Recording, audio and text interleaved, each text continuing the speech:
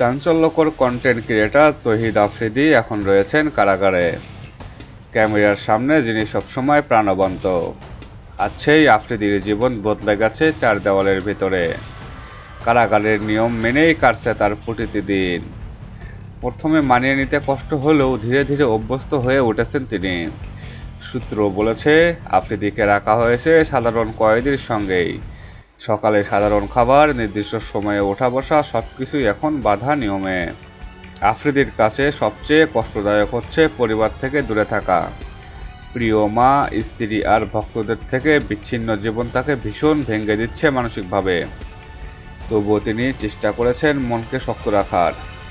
ভক্তরা প্রতিদিন খোঁজ নিচ্ছেন, সোশ্যাল মিডিয়ায় তার মুক্তির দাবিও উঠেছে ক্রমাগত। প্রশ্ন এখন একটাই, কবে আবার মুক্ত আকাশের নিচে ক্যামেরার সামনে ফিরবেন তৌহিদ আফ্রিদি?